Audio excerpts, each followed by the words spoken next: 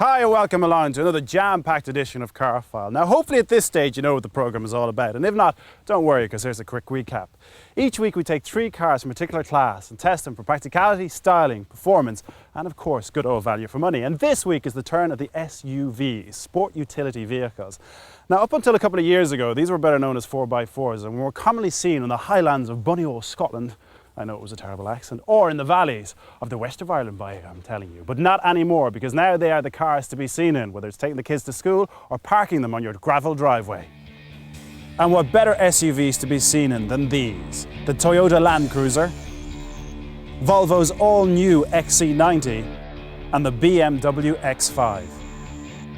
And if none of these tickle your fancy, well, Brendan will be here with his alternative. Cheers, John. Well, you may have a couple of Johnny-come-latelys to the SUV market, but I've got the daddy of off-roaders, a car that was climbing curbs while Volvo and BMW were still in 4x4 nappies. Join me for more later. Right, before we get down to business, let's see what our 3 machines have to offer. Launched in 2000, the X5 quickly became the must-have 4x4. Okay, so its off-road ability wasn't the greatest, but what it did do better than any other off-roader at the time was drive like an executive saloon. It had the dynamics, the style, the power. In fact, there weren't many things that it didn't have. The XC90 is the car Volvo hopes will overtake the X5 as the car for the middle classes. Like the X5, it has a powerful and purposeful stance, but where the XC90 outguns the X5 is that it comes with 7 seats, ideal for those parents' evenings.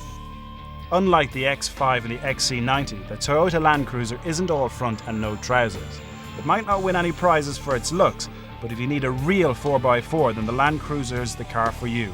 Heck, if it's good enough for the United Nations, then it's good enough for me. In the past, you bought a 4x4 for its off-road ability, but not anymore. In fact, our first category, exterior styling, is becoming more important than what the cars were originally designed to do, which is take on the toughest terrain the planet has to throw them. So, with that in mind, what better car to start with than the BMW X5? Now, at its launch, the X5 was the first SUV to look and have the appeal of an executive car. And although it's been around for a couple of years, it still looks fresh and is the benchmark for SUVs everywhere. No matter what angle you look at it from, it just seems to look powerful and sexy.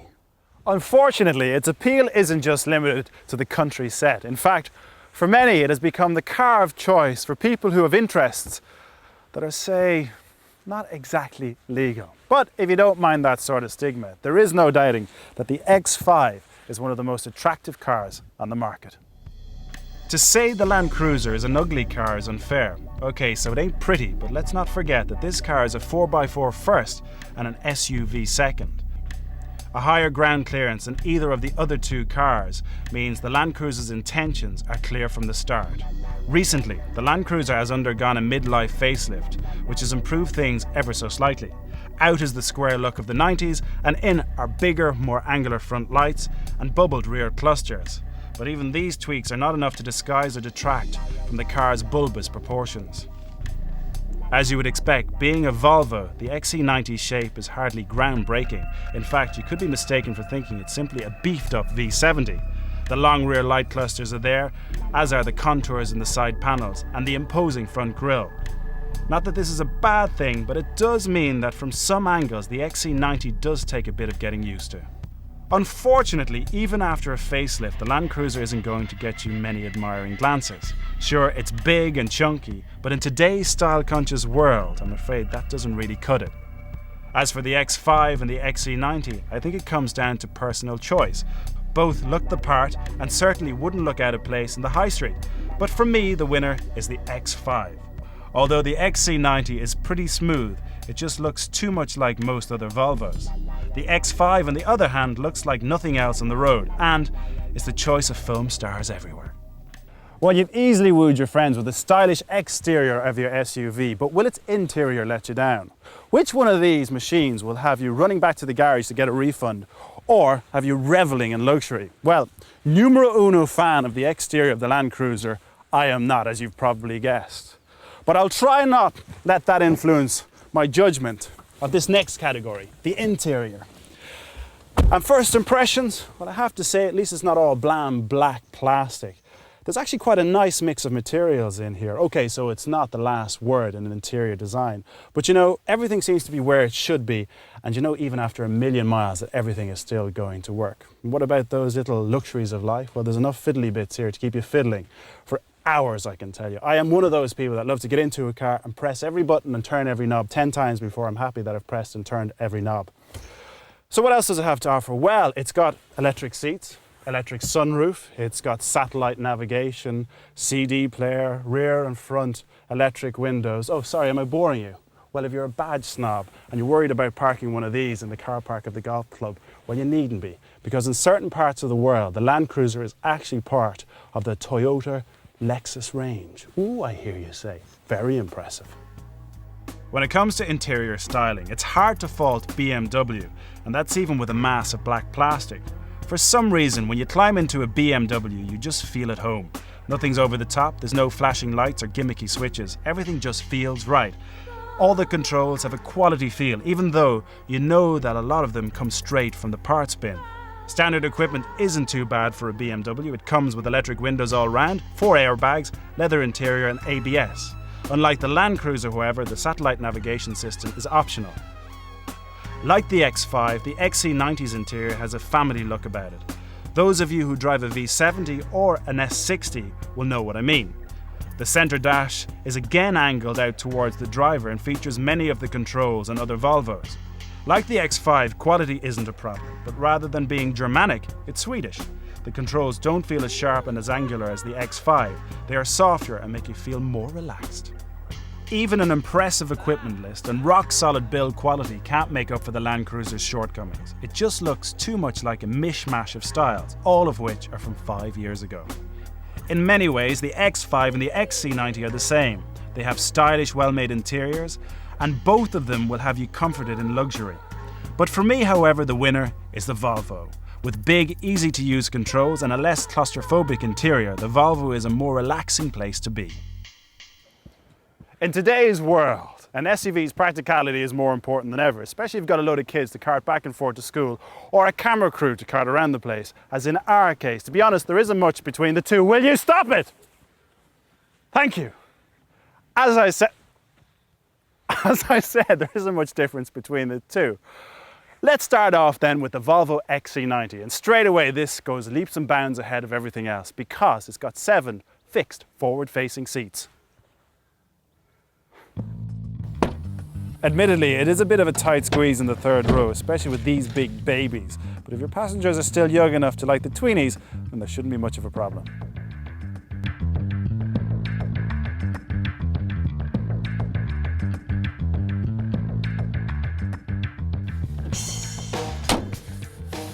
If you think that's good, well, there's a few more tricks the XC90 has up its tailpipe. For a start, all the seats fold down flat. And when I say flat, I mean flat.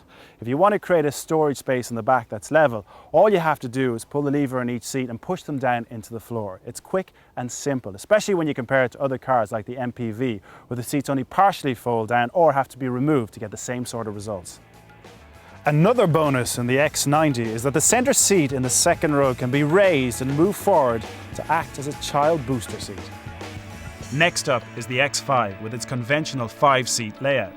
Although the boot isn't the biggest in the class, it is one of the best shaped and no intrusions from the suspension struts. Another plus for the X5 is that the rear tailgate splits into an upper glass hatch and drop-down steel door, very useful if you're loading big or awkward objects. In terms of interior space, 6-footers won't be disappointed. The front seats adjust in every imaginable way, and even in the rear there's enough room for 3 full-sized adults. Even the slightly raised centre seat won't cause any discomfort. Now, like the XC90, the Land Cruiser comes with 7 seats, but unlike the Volvo, they aren't fixed and actually hang off the sidewalls of the boot. Although they are great for occasional use, their inclusion drastically reduces the Land Cruiser's carrying capacity. For practicality, there can only be one winner, the XC90. Not only does it offer 7 forward-facing seats, but it also is incredibly flexible. Second place goes to the X5. With enough room for 5 6-footers, a flat boot and split-fold tailgate, it is a very practical proposition. In last place is the Land Cruiser. Although it is just as spacious as the other two cars, it is let down by an obstructed load space and those two side-hanging spare seats. Well, so far all of our SUVs have shown us they're a far cry from the 4x4s of years ago. Bonnie Scotland and the west of Ireland and all that. But the real question is, which one of these will have you paying out the guts of £30,000? Well, you'll have to keep watching to find out. But now it's time to join Brendan Coogan. As always, he has an alternative to the three of the cars that I'm testing. Now for this week's alternative, we really should be putting this car to the test, somewhere where it's going to be used most, somewhere that ably demonstrates the car's real qualities. Yes, we should be outside a school like this one, lined up with a load of other women in 4x4s, with the engine idling, chatting, waiting for the kids to come out of school. Because for cars like this Jeep Cherokee, that's the reality. Soft-roaders are now marketed at women who like the safety of the size, the elevated driving position, so that they can see over all of the other mums in the car park at the supermarket when they're parking. Speaking of parking, 4x4s also mean that they can park off-road like this. Don't get me started. Anyway, enough of my rant, back to the car. This Cherokee CRD Sport represents one thing, and that's value for money. At just over £20,000, it's at least £5 cheaper than the Toyota. It's 13 cheaper than the Beamer. The Volvo, that's somewhere in the middle. The Jeep also stands out off-road, where it will outperform most on the toughest of terrain. On road too, it is vastly improved from its rather rough predecessor. New independent front suspension makes for greatly improved steering and handling. It won't come anywhere near the fun-filled precision of the BMW or the Volvo, but it's all about degrees. Oh, and price. And image probably. The performance of the engine is a bit of a mixed bag. There's enough torque low down to tow the Isle of Man further into the ocean, so horse boxes and caravans will pose little problem. But it does run out of oomph at top speeds, just about creeping over the 100 miles an hour mark, which is reflected in power output. Just 141 brake horsepower from the 2.5 litre diesel unit. Now Jeeps of course come from the land of milk and gasoline and have a reputation as gas guzzlers. Indeed, petrol versions are so thirsty they should check into the Priory, but the diesel is quite respectable, giving nearly 40 to the gallon on its extra urban cycle. The whole Jeep package does just lack a little refinement. The turbo diesel engine is a noisy old beast, although despite big knobbly tyres, road noise is still kept to a minimum. But some of the interior switchgear is fiddly and cheap feeling, lacking the style of the rest of the gang. Interior space, especially in the rear, has got a whole lot better. You still wouldn't get 3 adults in the back for a long journey without swapping bodily odours, but knee room for your 6-footers is good. The looks of the new model are a vast improvement on the previous car, but that wouldn't be difficult. I mean, to some, the boxy big is best, and to hell with the way it drives look was very attractive. Not to me it wasn't. But it is unmistakably a Jeep, with its big black toothy grille, traditional retro round headlights and aggressive flared wheel arches. But it's not in your face and doesn't have that swagger of the biggest, hardest lad in the class. The irony is that it's other car manufacturers that have slightly moved the goalposts and left one of the original off-roaders, Jeep, slightly lagging behind as soft roaders become more car-like in their driving attributes. You see, some cars excel on the road but are dire in the mire. Some good in the mud but drive like a tank. And that bizarrely is where the Jeep excels at being adequate and average at everything. It's a jack of all trades. And where it is the best, value for money. Back to you, John. Value is one thing, Brendan, but the real test for SUVs nowadays is how well they drive. Make sure you join me after the break here in Carfile when I'll be seeing whether the BMW, the Volvo or the Toyota has the best road manners. See you in a minute.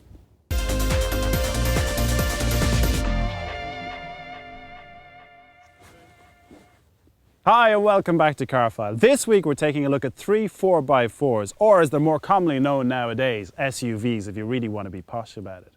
We have the BMW X5, the Volvo XC90 and the Toyota Land Cruiser. Now, only a couple of years ago, if someone had said to me that I could go out and have a blast in a 4x4, well, the first thing I would look for is a big open mucky field to have a lot of fun in. My, how times have changed.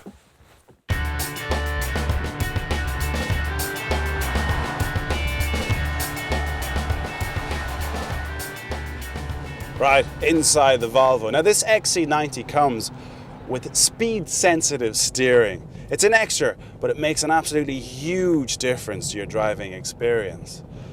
What it does is it makes the steering feel kind of weighty and accurate. You know, there was an awful lot of complaints about this car when it was originally launched, that the steering was light and unresponsive. Well, I can tell you one thing, Volvo have solved that problem. It is an extra, but it's well worth getting, I can tell you.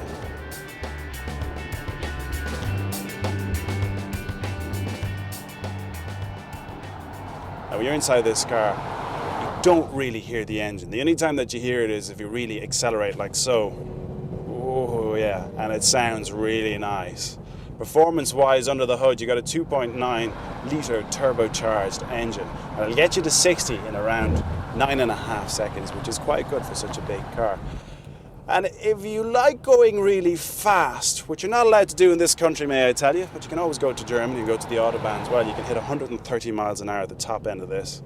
But I can tell you one thing, if you stop this car like so, and you put your foot then down to accelerate, it's automatic, but I can tell you, look at that. The pickup is superb for such a big car. There's no messing around. Good on you, Volvo.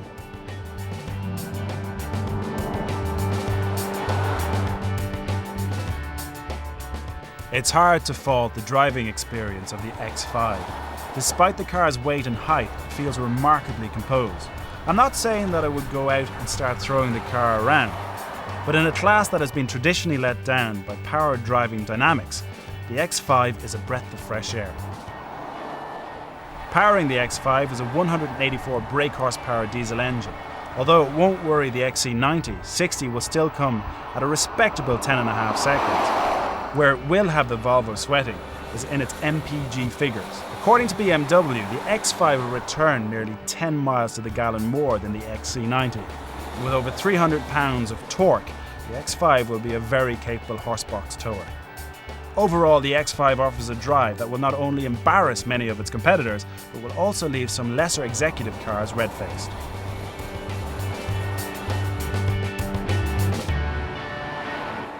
So, from our two real SUVs to a car that has its roots firmly off-road, this is the Toyota Land Cruiser.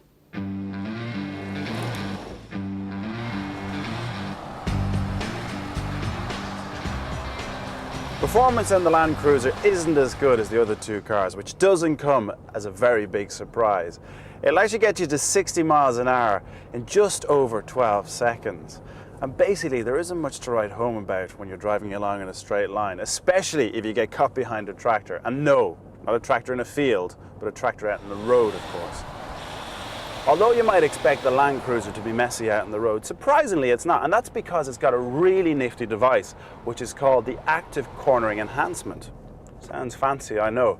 But it's fantastic because what it does, it compensates for the body roll. So in other words, when you're driving the car around the place and you do go around bends, it keeps it quite solid, so there's a nice smooth ride. For overall drivability, our two on-road 4x4s leave the poor Land Cruiser floundering. I've no doubt that if I needed to blaze a trailer across country, the Land Cruiser would be the car for me. But on the Great British roads, it isn't. Second place goes to the X5. Although it is the best in terms of handling, it is let down by its low-speed ride. And even a great diesel engine isn't enough to win us over. That means that the winner is the XC90. Combining performance and good overall drivability, the XC90 is a very tempting package. Now, when you're buying a new car, unless you're loaded or have just won the lottery, value for money is very important. So which one of our SUVs will leave you with enough money to go off on holidays, or have you running to the bank manager to borrow a little or even a lot more money to be able to afford it? First up, it's the BMW X5. And this particular model we have here today is the 3-litre diesel sport. Now, to get this on the road, you're talking about paying out around £35,000. But this particular one has a few extras. It's got running board, satellite navigation, electric sunroof. And actually, to get one of these on the road, you're talking about forking out a staggering £43,000. But you don't need to go for the extras, and if you don't, you get an SUV that has rock-solid build quality, A great engine and fantastic image. The engine will actually return around 30 miles to the gallon. Unfortunately, the X5 doesn't hold its money as well as other cars and will only be worth around 46% of its original value after 3 years. Next up, it's the Toyota Land Cruiser. And like the other two machines we have here today, this will set you back the guts of £30,000. But unlike the other two cars, this will hold at least 60% of its value after 3 years, which I have to say is very impressive. Not alone does it have a fantastic engine which returns around 30 miles to the gallon, but it also has 7 seats. Okay, they're not as good as the ones in the Volvo, but you still do get 7 seats. And if that's not enough to twist your arm, well, it's actually the cheapest of our 3 cars to insure. Last up is the Volvo XC90, and at just under £32,000, it's just slightly cheaper than the BMW. And like the X5, you have to pay extra for all those toys, including the in-car DVD entertainment system. But don't forget, this comes with 7 seats. Under the hood, you have a 2.9 litre turbocharged engine that returns around 22 miles to the gallon. Now, where this is similar to the BMW is in its residuals. It will only hold about 46% of its value after 3 years. Tonight's wooden spoon goes to the Land Cruiser. In every department except value for money, the Land Cruiser is just too average. It's not that it's a bad car, it's just not really an SUV. In second place is the X5. Up until recently, this was the car to beat. It had everything: great looks, performance, and of course desirability. But that was until Volvo launched the XC90, offering fantastic practicality, good vehicle dynamics, and plenty of style. The XC90 is a clear winner. Well, that's it from Carfile for this week. I think I'll take that home. Or will I take this one? Oh, decisions, decisions, decisions. Anyway, make sure you join us next week when I'll be seeing how much fun you can have with £15,000 as we check out the Mini Cooper S, the MG ZR 160 and the Renault Clio Cup. Oh yes, it's going to be a lot of fun. We'll see you then.